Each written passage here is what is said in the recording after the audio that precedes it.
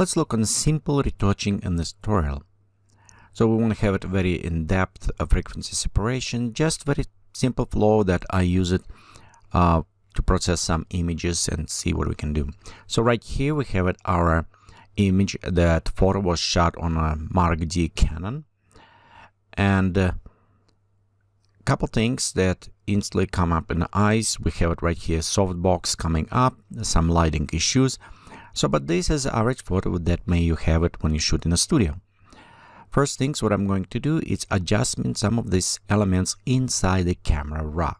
First, if we look on the close-up, we'll notice that some sharpness we want to bring back. And the reason is why that camera, for example, Canon 5D Mark III, have it anti-aliasing pass, which is reduce some sharpness. So I want to restore it. I don't need to go crazy all the way to 150, because if we look on the skin, you can see we start having problems. But if you stay about 60, 70 around this area, you should be very good on removing some contrast distortions, and as well you will have it nice sharper edge. Okay, so first, actually before that, we should go and remove chromatic abbreviations. And with some lenses, you will notice if we go closer to the edge right here, if you can see, it's have some coloring. So by removing, we remove those abbreviations, and also in some cases you want to restore enable profile correction. Sometimes these options I may not use it, depend if I like how the distortions look for me, mostly if I work with a very wide angle and close-up images.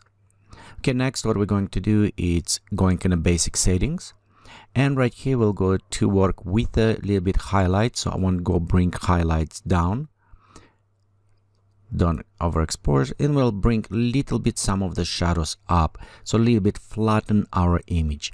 I would like to add my shadows highlights afterwards, but in some case by flattening image, it's allowed me to bring a little bit more information and highlights in darker areas. As well, if you still think some dimensions lost on the face, you can also recover them by using an Hsl Adjustments in luminosity. And you can see right here, by working with a little bit orange or yellow color, we can restore some of those highlights on the face. Okay, when this is image about all what I want to do, and in camera raw, we'll go in open image. I'm just opening, not a smart object or anything, just straightforward image. One thing I noticed right here, you can see this is not straight line, and it may help you if you just drag guidance, and you can see the door is pop up as not straight. So I'm going to adjust my image, just set so it's look some lines somewhat straight, maybe around this area right here. So a little bit adjustment, not too much. Again, if you don't want to lose some information aside, you can always go to content where, which is fill those areas. You can see small areas, but to me, I'm okay to shrink down, because it also will help me to remove some of the softbox. So when I'm done with this, click OK, and you can see right here we have it, our image adjustment adjusted. Next I want to do, it's rework a little bit. Actually right here, camera below, and you can see it's going up, so we could also shrink a little bit more on these lines, and it will go to edit, and it will be our perspective. Before, let me unlock this layer, transform, we'll go to perspective, and on perspective we could just slightly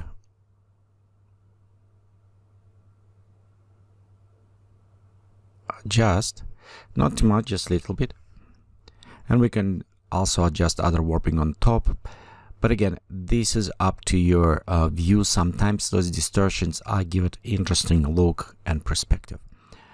Okay, next, what I want to do on this, let's go to layer, new, and we'll just set background from layer, so it will log back to our normal. I want retouching. First, what we're going to do, remove some blemishes, and they're not necessary need to restore. Some people like them, but for me, if they come and take your attention. For example, right here, this is darker spot taking attention over our face. I want to kind of remove this. Okay. So we'll go to retouch, and personally for me, I like to set colors so it's easy. I can understand, kind of look and see which layer what does, but you can do with just names will work. And right here, we won't have it too fancy. We want to go to frequency separation on this.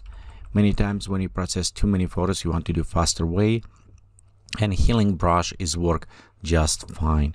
So we'll have it on the spot brush. Sometimes need to go a couple times. Notice right here we have it skin. I want to match a little bit texture of the skin.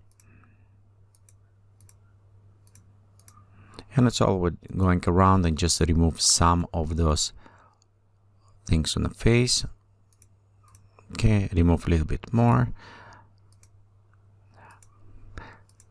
You can do a little bit better preserve skin texture if you need it with the frequency separation, but I say this is take longer. And if you have it higher client, high profile kind of client, you need to work on the very precise, you can use that one. But many times if you just simple photo for the print or other things, you can healing brush will do just fine in this case. Okay, and in my case I'm just using mouse, so if you're using Wacom pad, you may have it also how much you want to apply it, but with many case mouse just work fine. Okay, and if you ask why I'm using mouse, because I do work a lot with 3D applications and I need to switch too much between mouse and Wacom pad. Okay, so right here kind of touch up, and important, don't never forget the hands, because most time people touch up just the face and the hands still be. Notice also we'll right here on the hands we have it reddish color versus skin, and this is will be very common, so we'll need to a little bit replace magenta kind of reddish color with a yellow. And we can do this right now by creating color balance. And all what I need to do is just look for this area for the hands, and this is will be in mid-tones, and you can see how we can adjust. So I'll bring just slightly from the red color. Also we'll go in highlights a little bit,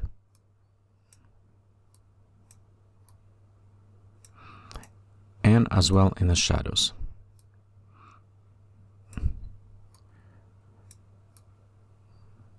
If it's look a little bit too greenish, don't worry, we'll fix this, but overall right here you can see it's about light. Next we'll go press Control or Command I as we select the mask for color balance, so it's make it invisible. And we're using soft round brush. We'll go to use it with about small opacity on a white color, so we restore some mask, and we can start slowly brush in some of this coloring for the hands.